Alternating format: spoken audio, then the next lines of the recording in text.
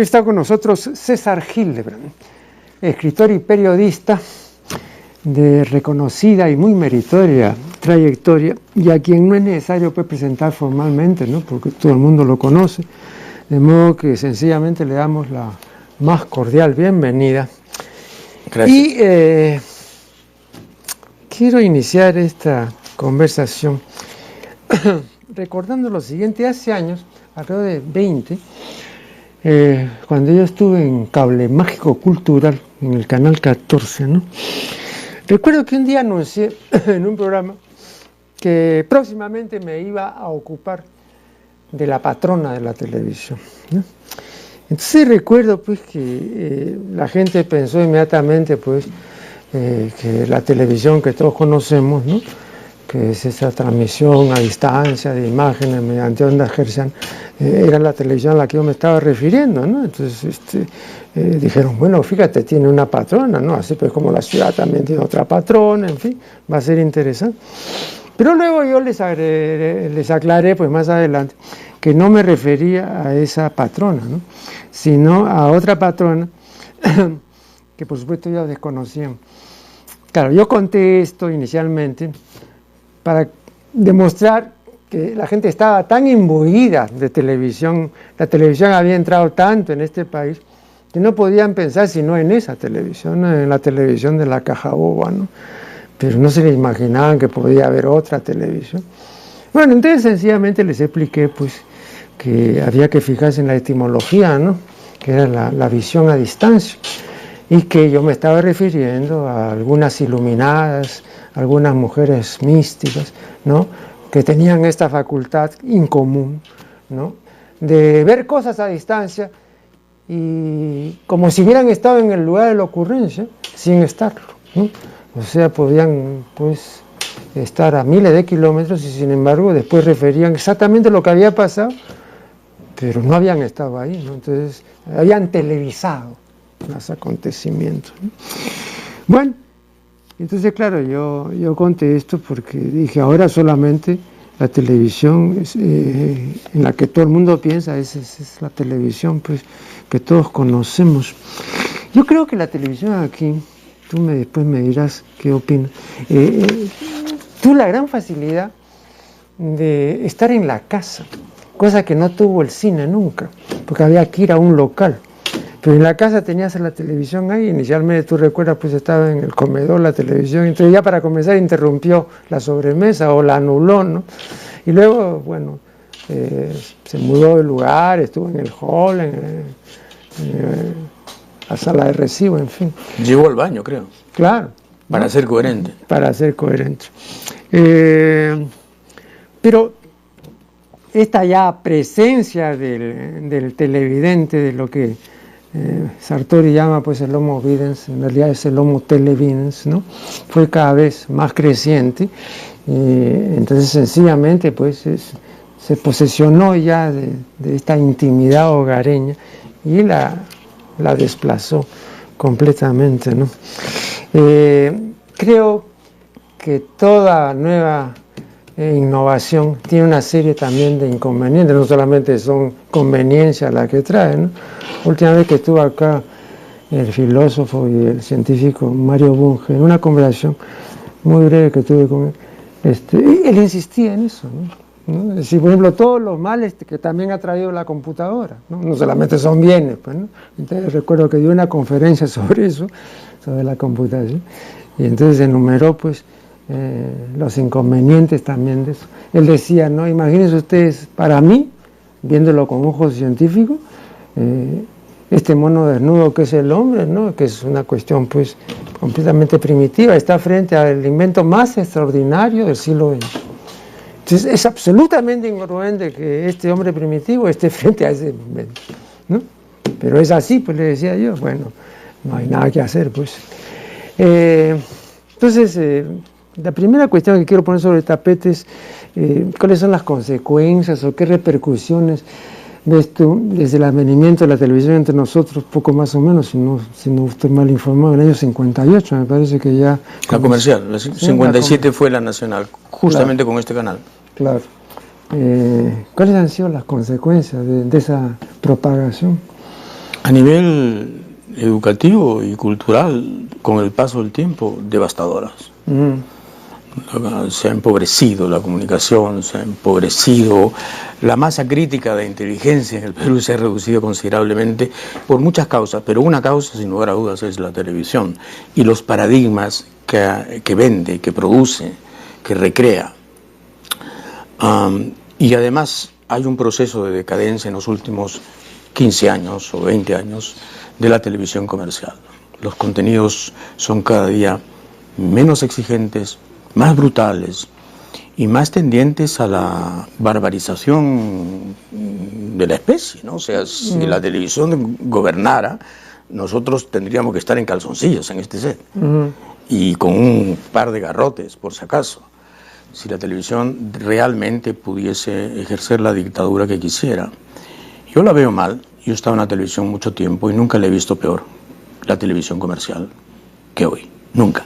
Nunca más bruta, nunca más ignorante, nunca más sin horizontes, nunca más sin audacia, ¿no? Alguna. Ahora, dicen que hacen lo que le gusta a la gente, pero el círculo es vicioso, pues. Si la gente no tiene otros menúes, si la gente no tiene otras alternativas, pues hombre, escoge. Pero sí es cierto que si la televisión está así es porque hay una democracia de tumulto, ¿no? De muchedumbre, en algunos casos de oclocracia, sí, ¿por qué no? Esa gente produce también esa televisión. La pregunta es, ¿el Perú se merece otra televisión? No puedo responder eso, porque no me atrevería. No sé si tú tienes la respuesta, pero... Bueno, pero una vez yo recuerdo, cuando estaba en Cable Mágico Cultural, la televisión comenzó a admitir a los llamados cómicos ambulantes, ¿no? Y una de las personas del canal estaba horrorizada frente a esa admisión, ¿no? Y yo defendía a los cómicos ambulantes, porque dije, bueno, ¿y qué más quieren ellos? Si los traen, los llaman, ellos no han venido aquí, han tocado la puerta. Entonces, han visto la coyuntura, pero los directivos del canal, no los cómicos ambulantes, porque no podrían imponer nada. Y entonces han dicho, bueno, esto es lo que necesitamos, este tipo, digamos, de contenido, entre comillas, eso es lo que necesitamos. Exacto. Entonces, el asunto... Porque es un asunto de rating, Marco Aurelio. Este programa, que es muy bueno, que es magnífico, acepté porque rechazo muchas invitaciones y acepté esta porque es este programa. Pero este programa, pues, en términos de rating, es poco significativo. Sí. Y eso es todo un síntoma. Eso es todo un test del Perú, ¿no? Y yo he estado en la televisión comercial y te puedo decir que el gran problema precisamente es la presión publicitaria, el rating, la dictadura del rating. En realidad, la televisión es un montón de espacios que lo que venden es la publicidad. La protagonista es la publicidad, los intervalos son los espacios. ¿Con qué los llenas? Con aquello que puede precisamente producir, en fin, atractivo, magnetismo, estupor, sobre todo, lo último, ¿no? Y eso se ha ido degradando a un punto tal en que ya no es suficiente la violencia ni la muerte, sino el detalle de la muerte, una especie de pornografía de la muerte, ¿no? De qué tamaño era la herida, por dónde salió la bala, qué orificio es, cuántos fueron, etcétera, etcétera. Y no sé a dónde vamos a llegar, porque esto no tiene límites, evidentemente, y como no hay capacidad autocrítica alguna, el horizonte es infinito para esto. Claro, pero ahí viene el asunto que ya otra vez se ha debatido, de la autorregulación, ¿no?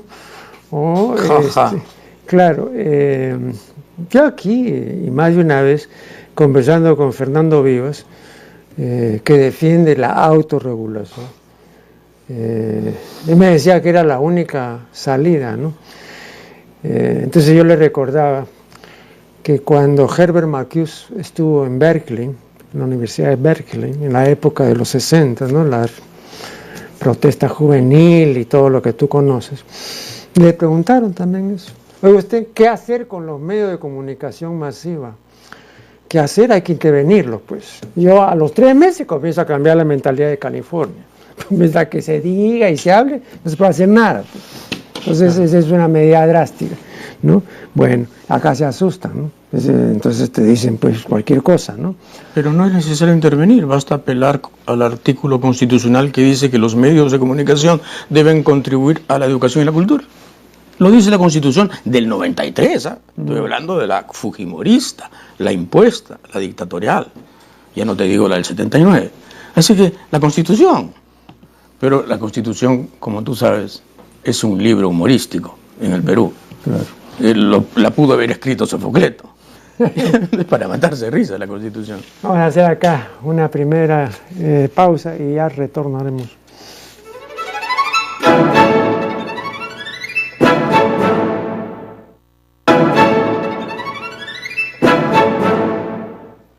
Estamos dialogando con César Hildebrand.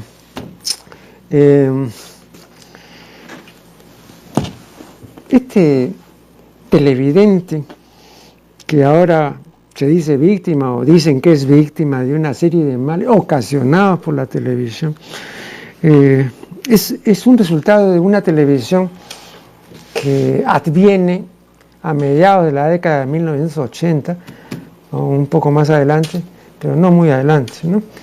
O sea, antes de esa época no había ese tipo de televidente.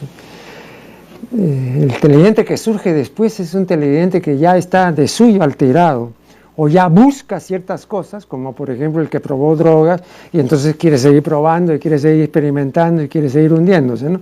Entonces, pero no es un inicio. No sé si está de acuerdo entre esta primera etapa, llamémoslo así, del año 50 y tantos al 80 y tantos, y luego otra etapa ya deletérea.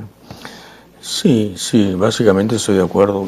Si recordamos la televisión en blanco y negro, por ejemplo, hombre, produce una especie de melancolía dulce, ¿no? Recordar a Pablo de Malengoita, claro, a Pepe Ludmir, al propio Humberto Martínez Morosini, digamos, auroral, entre comillas. Sí, pues hacían televisión blanca, a eso le llamaban televisión blanca. El concurso Helen Curtis pregunta por 64.000 soles, ¿no? Esta es su vida. Hombre, programas donde, por ejemplo, Juan Gonzalo Rose hizo de guionista en Esta es su vida. Sí. Nada menos. Nada menos. Juan Gonzalo Rose. Imagínate Juan Gonzalo Rose tocándole la puerta ahora a Canal 2. Lo matan. Lo matan por intruso. Sí, era una televisión blanca, era una televisión casta y era un público distinto. Sin lugar a dudas. Algo pasa en los 80, tú dices que es un fenómeno más o menos mundial, yo también lo creo, coincide con la brutalización de una ola neoliberal que empieza con Reagan y con la Thatcher y que, en fin, empodera a una serie de círculos y de gentes que antes simplemente no habrían tenido ninguna relevancia. Me refiero al nivel mediático, ¿no? Claro. Les concede una autoridad que no tiene que ver con la meritocracia, sino con la imposición del mercado. La televisión norteamericana, por ejemplo, en esa época empieza a limpiarse de toda disidencia, Desde luego que hay todavía gente que piensa distinto, pero la gran limpieza empieza en esa época. Lo mismo pasa en Europa y en el Perú igual. Y efectivamente hay una necesidad mundial de que la gente esté menos informada, de que la gente sea menos lúcida, de que la gente tenga menos capacidad crítica. Es una necesidad mundial. El capitalismo con hipercríticos no funciona. Con críticos funciona a medias. El capitalismo necesita anuencia, necesita resignación y necesita mucha distracción. El crítico de televisión Fernando Vivas dice, y lo dijo aquí en este programa, y lo dice en su libro sobre la historia de la televisión peruana, dice, la figura más importante de la televisión del Perú en los últimos 50 años es Genaro Delgado Parker. Cuando dijo esto, yo le manifesté que esa era una afirmación estremecedora y estupefaciente. Sí, me dijo, seguramente te puede estremecer y te puede dejar estupefacto, pero los hechos son los hechos y el hecho es ese. Ahora yo digo, mi vida es una persona pues inteligente, culta, ¿no? ¿Y cómo puede haber llegado a decir eso? Bueno, es su derecho opinar como opina, pero no puedes dejar de pensar que Fernando Vivas es un funcionario muy importante del diario El Comercio, un escritor, editorialista, columnista, reportero, en fin, casi multioficios en el diario El Comercio, que es propietario del canal comercial más importante, que es América Televisión. Entonces ahí hay también una filtración de intereses, ¿no? En su discurso un poco contaminado hay una filtración de intereses, sin lugar a dudas. Bueno, ahora, que diga que Genaro Delgado Parker fue el hombre más importante de la televisión, bueno, entonces habría que decir que la televisión que padecemos ahora también es producto de esta especie de sí campeador, de este fundador que es Genaro Delgado Parker, ¿no? Porque te das cuenta que es una frase contradictoria. Si dices que ha sido el hombre más importante de los 50 años, entonces es la mitad responsable de lo que está sucediendo ahora. Porque claro, el legado del señor Delgado Parker, entre otras cosas, es Risas y Salsas, que fue el programa que hizo del humor la pacotilla que es ahora en la televisión. La gran hazaña de Genaro fue que durante 20 años tuvo el programa de más alto rating con el menor costo posible, que se llamaba Risas y Salsas. Pero claro, el asesinato de Chaplin estaba implícito en ese humor, ¿no? El asesinato de toda ironía, de toda fineza y de todo humorismo real estaba implícito en ese programa. Entonces al señor Vivas también habría que recordarle eso, ¿no? No, pero me parece a mí que es una comparación forzada, porque traer a colación a Chaplin, ¿no? Y compararlo pues con una producción como Risas y Salsas, ¿no? Es demasiado violento, ¿no?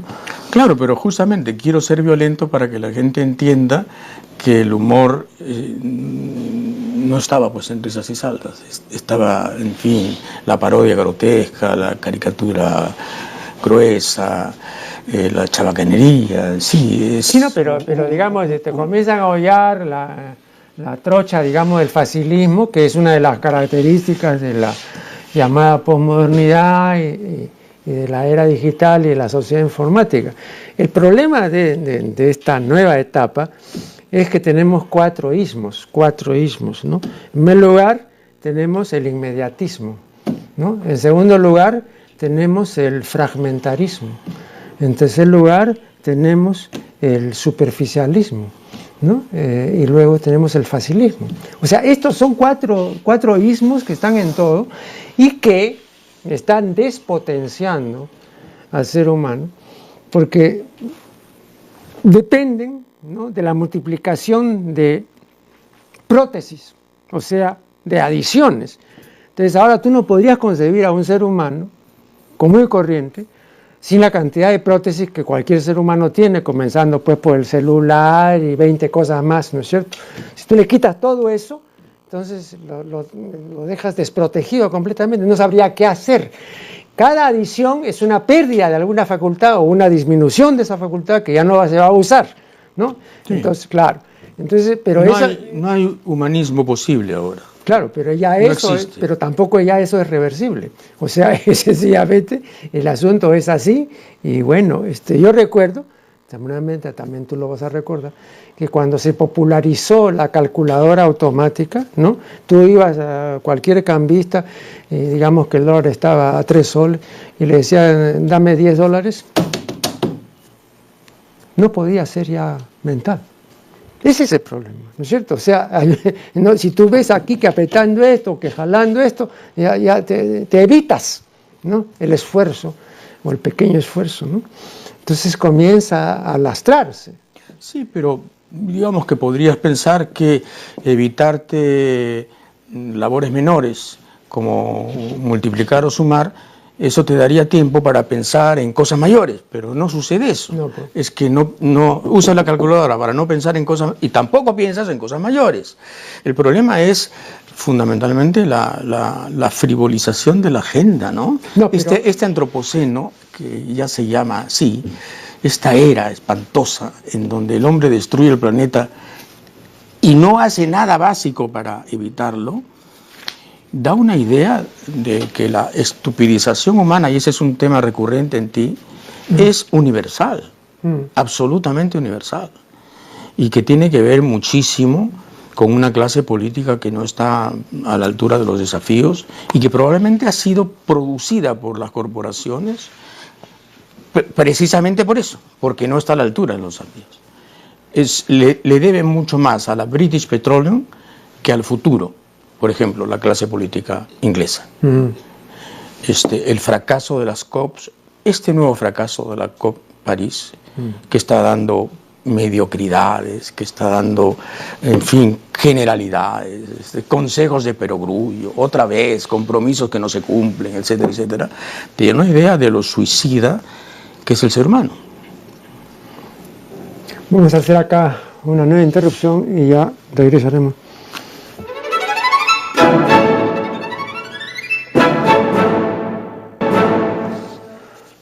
Seguimos dialogando con César Hildebrand.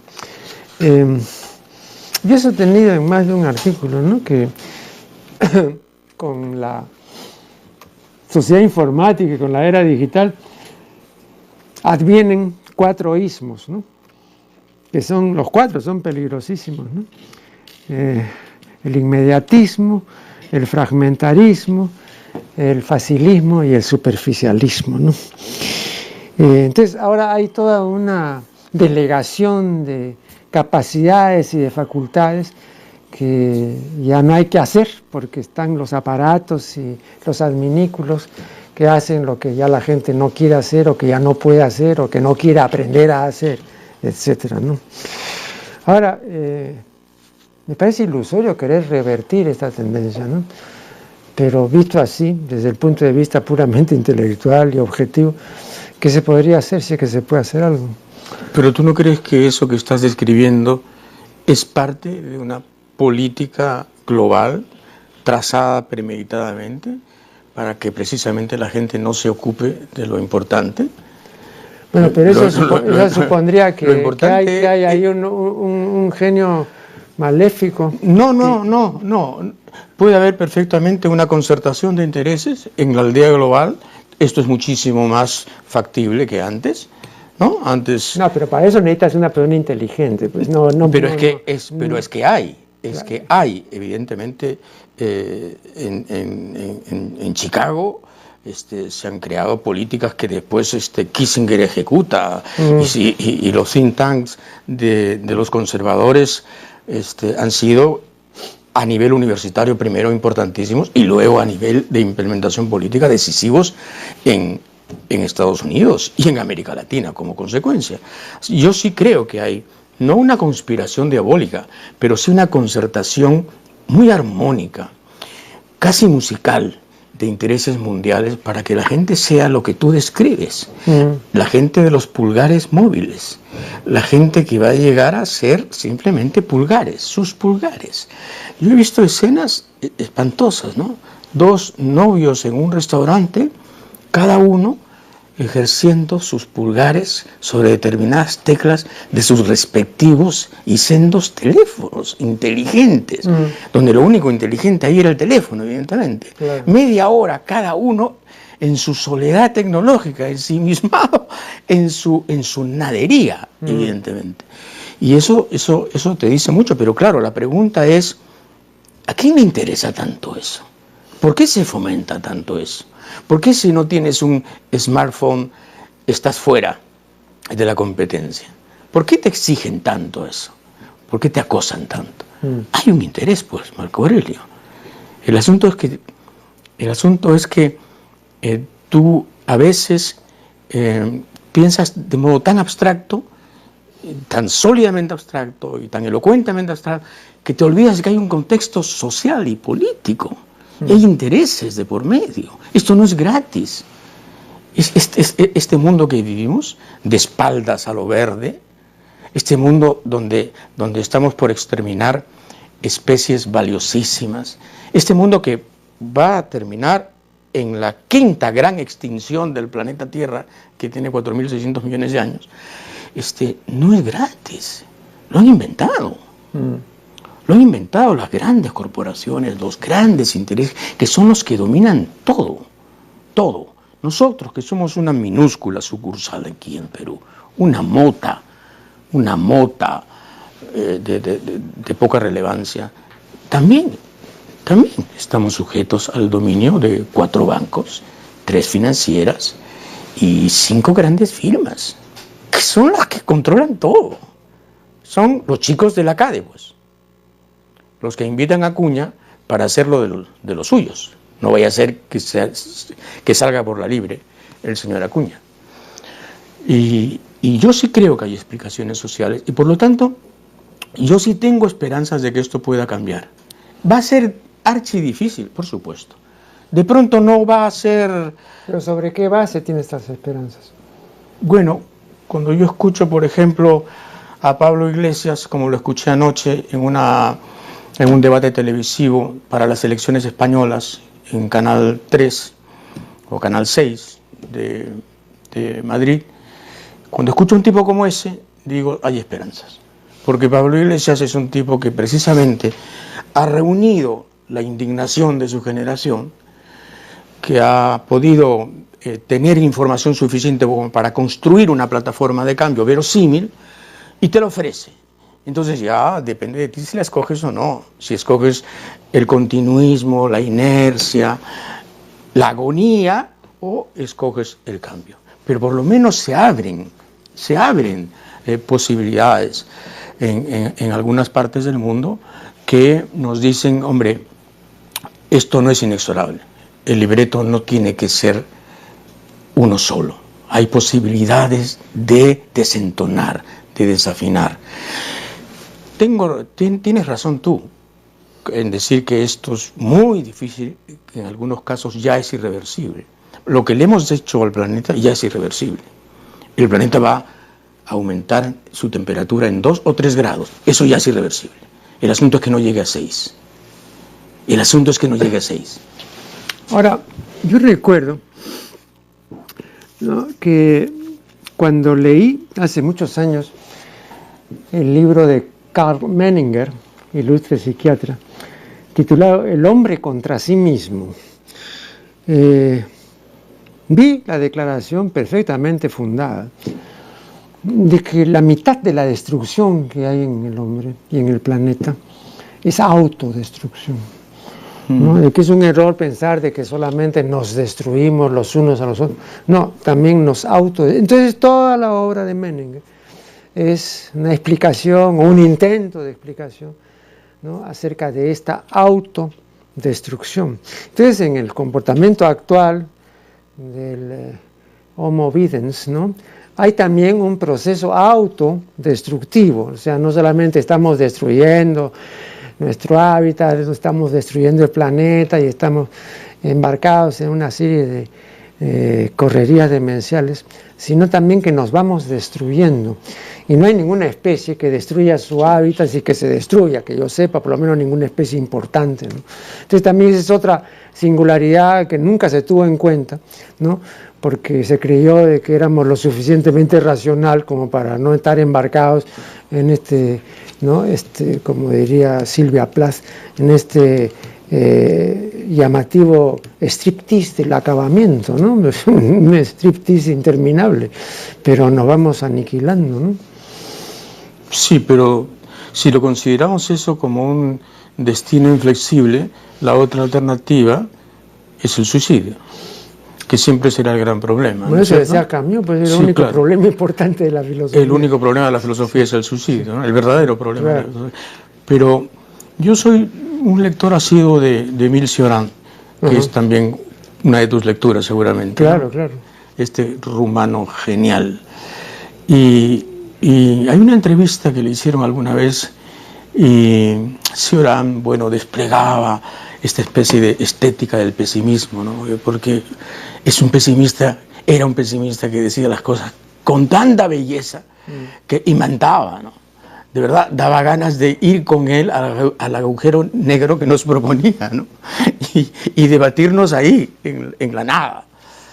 Y entonces el periodista le dice: señor Cioran, usted es pesimista y fatalista y tremendista y apocalíptico, pero usted, yo lo he visto a usted alegrarse porque las radiografías de su pulmón estaban bien. Entonces usted también quiere vivir.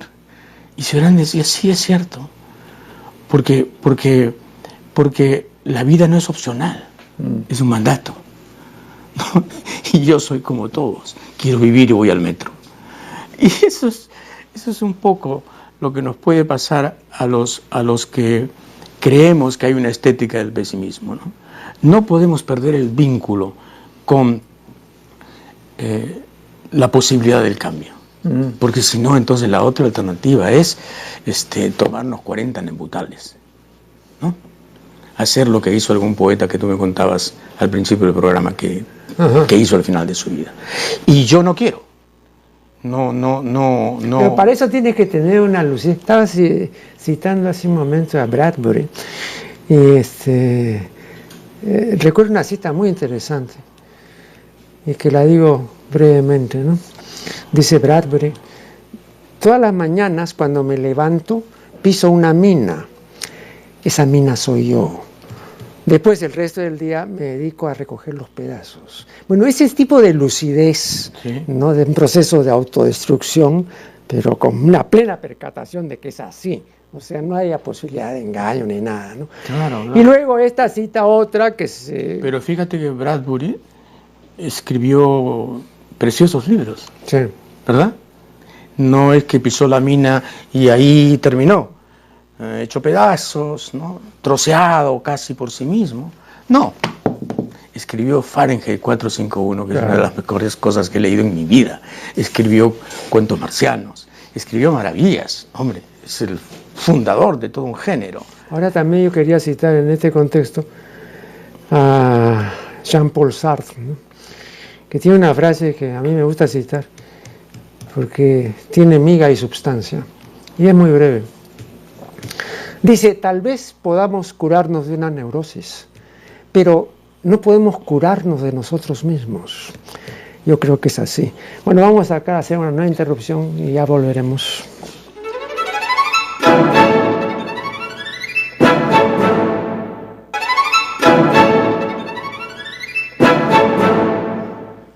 Bien, este es el último tramo de una interesante entrevista con César Hildebrand. Bueno, no voy a pedir a nuestro ilustre invitado, ya no diré pues recetas, ni siquiera paliativos para esta comprobación de una realidad televisiva devastadora y animalizante, ¿no? Sin embargo, sé que César Hildebrand tampoco no es un pesimista radical, ¿no? O es un pesimista como ese Bryce que quiere que las cosas salgan bien, ¿no? Huyo del pesimismo, me cuesta huir. Sí, ¿no? Me cuesta, pero huyo, sí, porque es una tentación perversa, ¿no? Y además poderosa. Pero en este caso, concretamente, tal como están las cosas en los medios, casi es una obligación ser pesimista, porque tampoco tendría que en mucho sentido, digamos, forjarse ilusiones. No, desde luego, desde luego. El diagnóstico es malo. Ahora, el pronóstico dependerá. El pronóstico en el plazo inmediato es malo también. Con la clase política que tenemos, con la abolición virtual de los partidos políticos, convertidos en maquinarias electorales o en improvisaciones caudillescas de opereta, ¿no? ¿Te imaginas, no? Los caudillos de ahora frente a los caudillos de antes. Claro. Entonces, sí, el pronóstico inmediato, pero yo creo que va a haber pues una reacción, yo creo. Si tú me dices, ¿y en qué te basas? De la juventud. De la próxima juventud. Esta juventud me parece que está demasiado impregnada de todo aquello que tú dices, ¿no? Sí. La frivolidad, los sismos que a ti te gusta enumerar. Pero ¿cómo vas a desimpregnar a la siguiente, no? Porque se supone que habrá que tomar una medida para que no se contamine. Bueno, hay medidas, pues, por ejemplo, la reforma electoral es importante, ¿no? Obligar a los partidos a que sean partidos programáticos, que tengan requisitos, digamos, académicos, intelectuales, no solamente de bases ni de comités, sino de programas, que nos insertemos de un modo más inteligente en el mundo, que no tengamos esta autosuficiencia imbécil de creernos un país privilegiado cuando somos un país de mediana categoría para abajo, o sea, nuestra educación está en el suelo, nuestro nivel cultural es crítico, etcétera, etcétera, y sin embargo tú sientes que el peruano tiene una especie de optimismo irracional respecto de sí mismo y respecto del país. Esto, yo sé, es difícil que cambie, pero tiene que cambiar. Tiene que cambiar. Mira, yo tengo muchísimos años en el periodismo, como tú sabes, y lo que siento es un tiempo circular. Nunca he sentido el tiempo lineal de la teoría del progreso. ¿Pero indicas el eterno retorno? Sí, siento el tiempo circular, o sea, las frustraciones de ahora son las de ayer, las pérdidas de ahora, las pérdidas de oportunidades son las mismas de ayer. Es decir, hay una constante en el Perú que es justamente el despilfarro de las oportunidades. Y lo que sí veo es que la clase política se ha empobrecido y está en su mínima expresión, ¿no? Está en mínimos. No he visto, de lo que yo sé, de lo que he leído de la historia del Perú, no he visto una clase política tan paupérrima, tan indigente intelectualmente hablando como la que tenemos ahora, ¿no?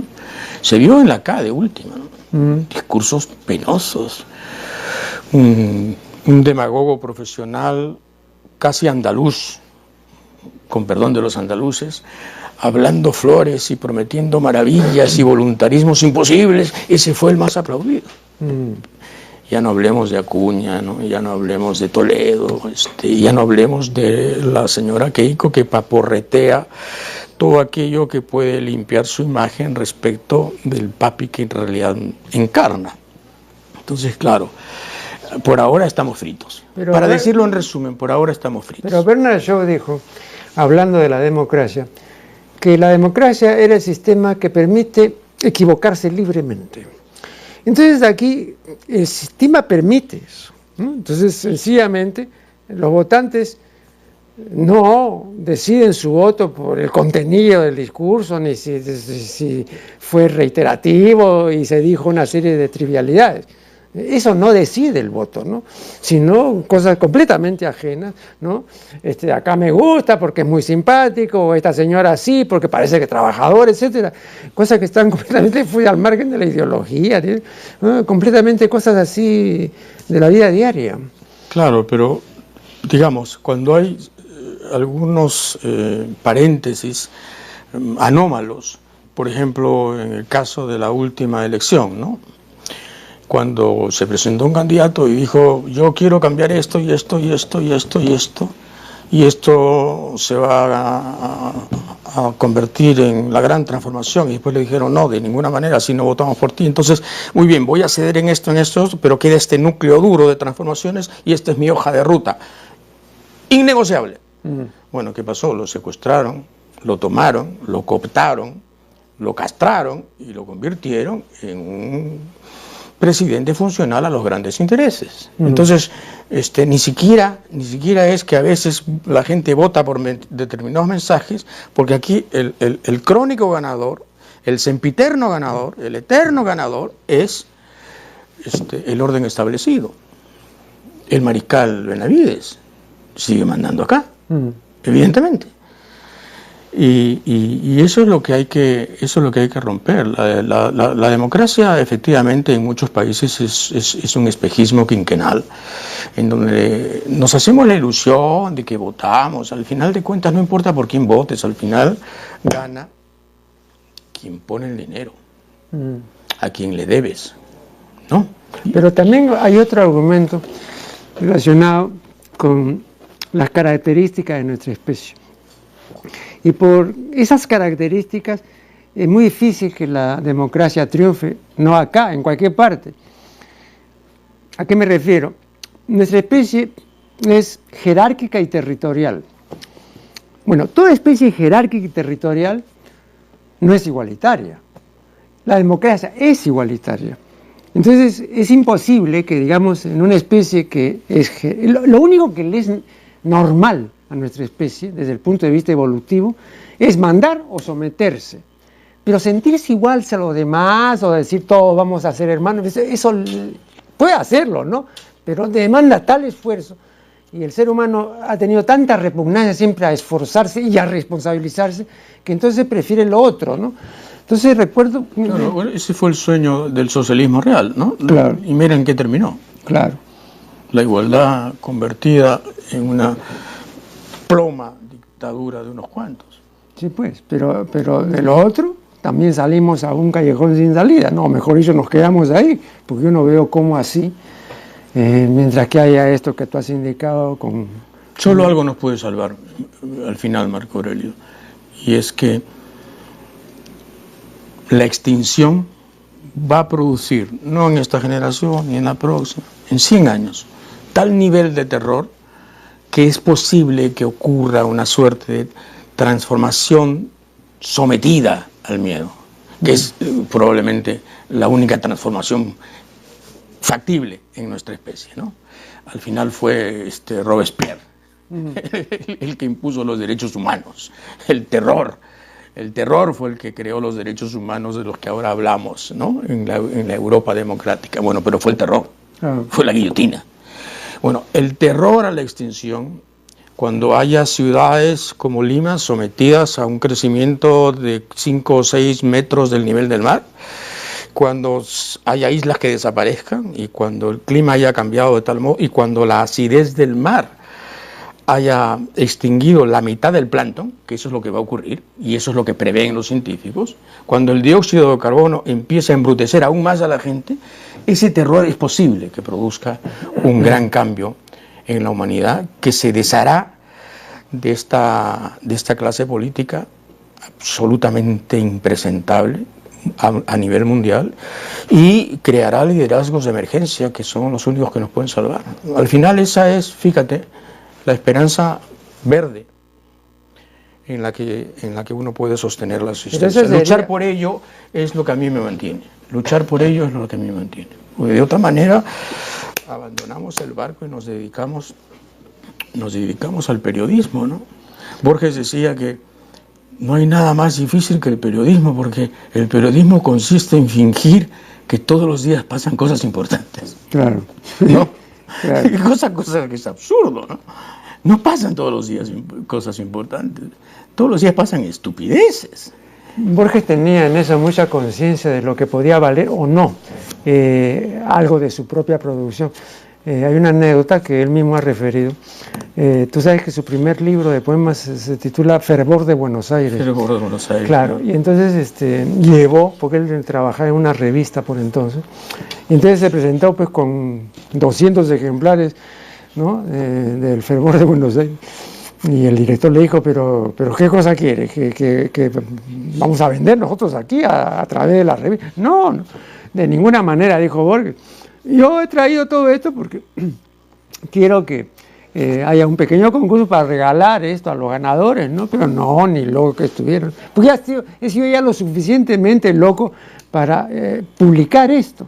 O sea, en esa época él dice, no existía el fenómeno del bestseller. Entonces una persona que hacía una edición de 300 ejemplares se quedaba con 200, pues no, porque claro. no sencillamente eso no era ningún éxito. Qué chismoso era Borges, ¿no? Ah, bueno. ¿Entonces le dio las conversaciones con Bioy Casares? Sí, extensísimas. Qué maravilla, ¿no? Sí, así es. Pero es una fuente de chismografía intelectual, literaria y no literaria, chismografía bonaerense, porteña, ¿no?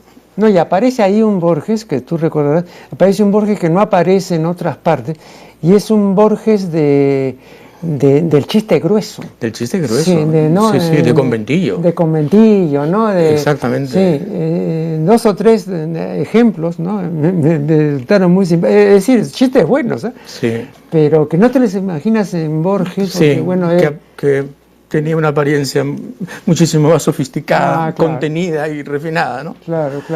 Sí, yo lo entrevisté una vez y no olvidaré que me cogió de la mano así ciego, a ciegas, guiado por la Kodama, y me dijo, usted es el periodista de Careta, César Hildebrand, ¿no? Y yo dije, sí, Jorge Luis, soy yo. Entonces me empezó a hablar de qué cosa era Hildebrand y qué diablo significaba y cómo estaba en no sé qué saga germánica del siglo XIV y en qué se había convertido. Madre mía, 5 minutos ahí.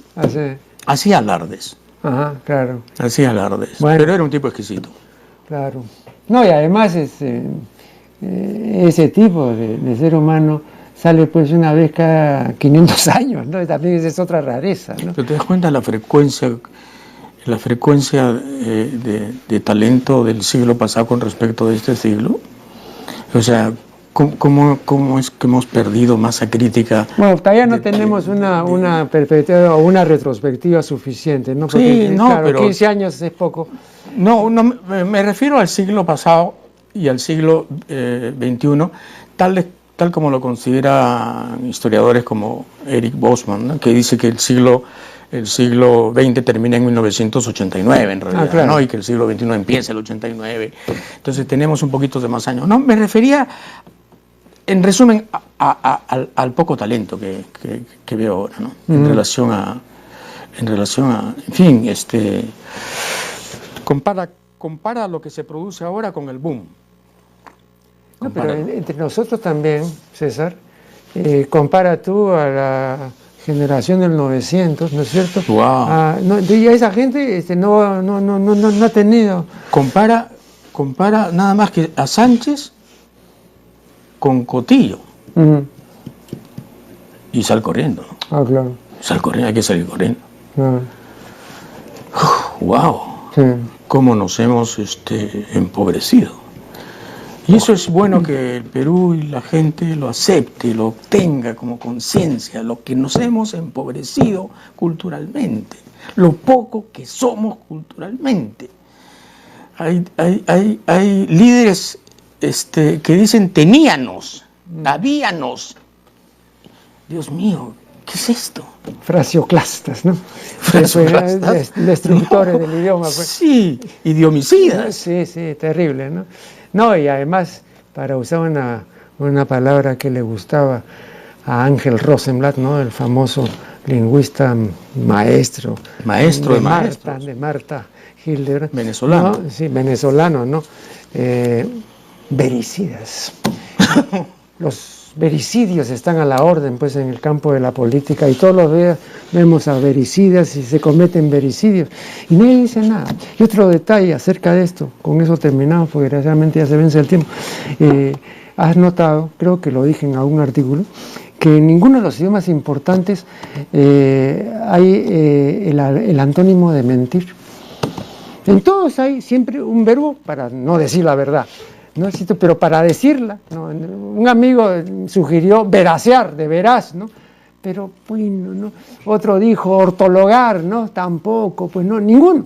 Entonces, la pregunta es ¿por qué en ningún idioma, ¿no? Entonces yo me pregunto, digo, bueno, es que la verdad les es tan ajena que ni siquiera se les ha ocurrido pues un verbo para decirla, ¿no? Que es algo, una comprobación también muy incomodante. Es una excelente observación, ¿no? Bueno, muchísimas gracias a César Hildebrand por su valiosa colaboración en este programa, se lo agradecemos muy sinceramente. Gracias a ti. Y con ustedes será hasta el programa reciente.